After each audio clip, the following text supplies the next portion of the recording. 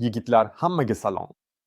Ushbu videoda men Roboforex brokerga qanday qilib pul toldirish mumkinligini aytib beraman. Va buning uchun albatta eng yaxshi va eng tez variant, men ishonaman, kriptokurrenchi hisoblanadi. Shuning uchun bugun men video tayyorladim. Unda biz Bybit birjasida qanday ro'yxatdan o'tish haqida batafsil gaplashamiz. Bybit birjasi esa dunyo miqyosidagi eng yaxshi birjalardan biri hisoblanadi. Shuning uchun biz uni birinchi navbatda birgalikda yuklab olishimiz kerak. Agar sizda ibxona bo'lsa, shunchaki App Store'ga kirasiz. Agar sizda Android bo'lsa, u holda Google Marketda Bybit deb yozamiz. Mana u shunday ko'rinadi.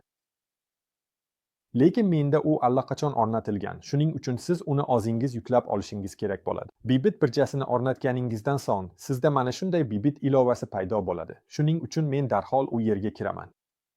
Verifikatsiyadan o'tgandan keyin shunchaki yana Bybit ilovangizga kirasiz. Pastda bosh sahifa bor. Biz shu yerda, yuqoridagi qatorda shunchaki ikkipni tanlaymiz.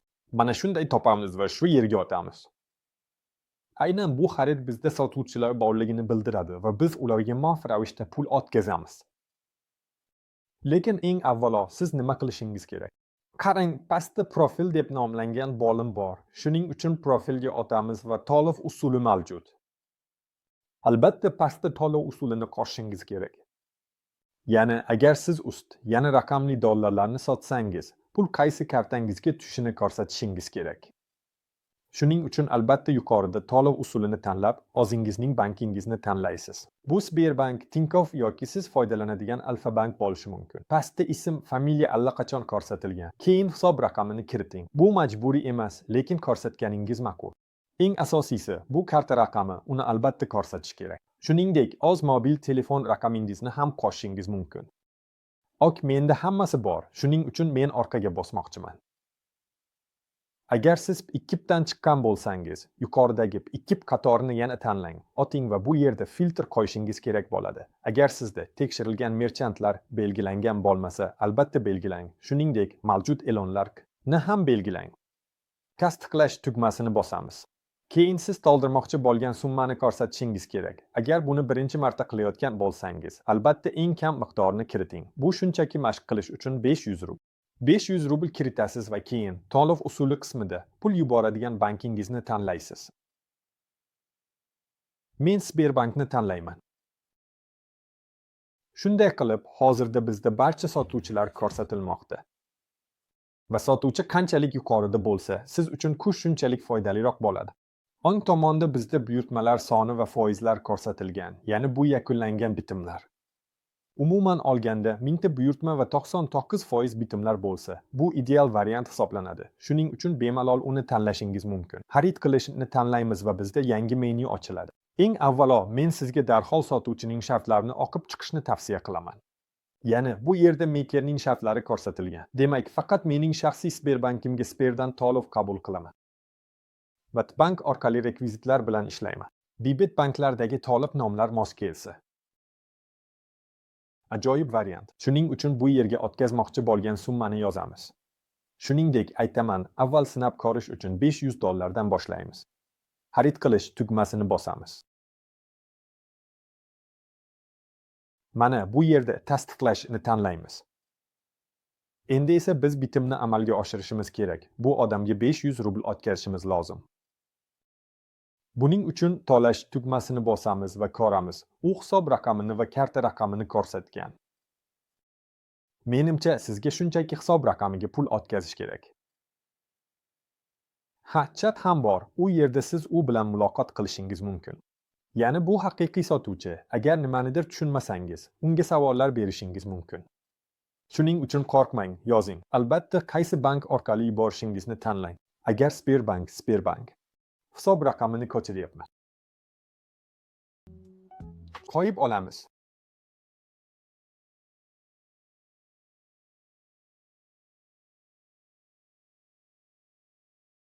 Davom etish tugmasini bosamiz va to'lashni tanlaymiz.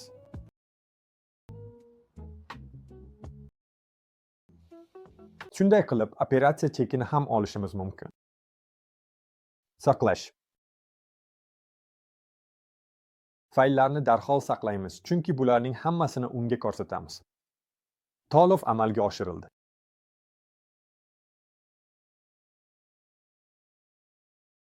Hammasi endi darhol unga skrinshot yuborishimiz mumkin. Shuning uchun bog'lanish tugmasini bosamiz va skrinshot qo'shamiz. Keling, ekran tasvirini olaylik. Tangalar allaqachon yuborildi. Ha, ba'zida shunday ham bo'ladi. Hech narsani tasdiqlashning hojati yo'q. Shuning uchun, mana bizda $5.9 qabul qilindi deb ko'rib turibmiz. Tayyor tugmasini bosamiz. Endi orqaga chiqamiz. Demak, bu bilan o'ylaymanki, pul o'tkazishni qanday qilishni tushundingiz. Endi bizda raqamli dollar bor. Agar mashq qilib ko'rgan bo'lsangiz, endi kerakliroq kattaroq summani ham sinab ko'rishingiz mumkin. Keyingisi. Endi biz RoboForex brokerining o'ziga kirishimiz kerak. Brokerimizga kirdik va hisobni to'ldirish uchun yuqorida chap tomonda funds va deposit funds bo'limini tanlaymiz. Keyin davom etish yoki continue tugmasini bosamiz. Deposit turini tanlaymiz. Bu yerda ustini tanlaymiz. Mana shu yerda Select Network. Bu tarmoqni tanlash, shuning uchun ehtiyot bo'ling. Agar, masalan, BIM Smart Chain tarmog'ini tanlasangiz, ikkinchi qatorda uni nusxalaysiz, keyin Bybit birjasiga o'tasiz. Aktivlar, moliyalashtirish, ustini tanlaysiz, ko'ryapsizmi? Ustini tanlab pul yechib olish tugmasini bosasiz. Keyin manzilni ko'rsatamiz. Mana uni RoboForexdan nusxaladik. To'g'rimi, komissiyani tasdiqlaymiz, so'ngra tarmoqni tanlaymiz. Bu yerda biz BEP20 ni tanlaymiz. Mana bu o'sha biz ilgari tanlagan tarmoq. Qarang, BIM Smart Chain, qavs ichida BEP20. Yana bir bor shu yerga o'tamiz. Lekin bu qisqartmasi qavs ichida BEP20. Va mos ravishda to'ldirmoqchi bo'lgan summani ko'rsatamiz.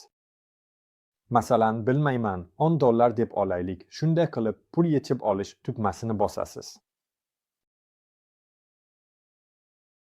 Bu yerda manzilni yana bir bor tekshirasiz. So'ng tasdiqlashni tanlaysiz va shu yerda kod olish tugmasini bosasiz. Sizga Sims xabar elektron pochtangizga keladi. Menda esa Google Authenticator o'rnatilgan. Bu qo'shimcha himoya. Buni qanday sozlashni keyinroq alohida videoda aytib beraman. Mana shunday video chiqdi deb o'ylayman, foydali bo'ldi. Shuning uchun albatta bolalar, raqamli dollarlar va kriptovalyutadan foydalanishni o'rganinglar, chunki bu zarur. Xullas, obuna bo'ling va yangi uchrashuvlargacha.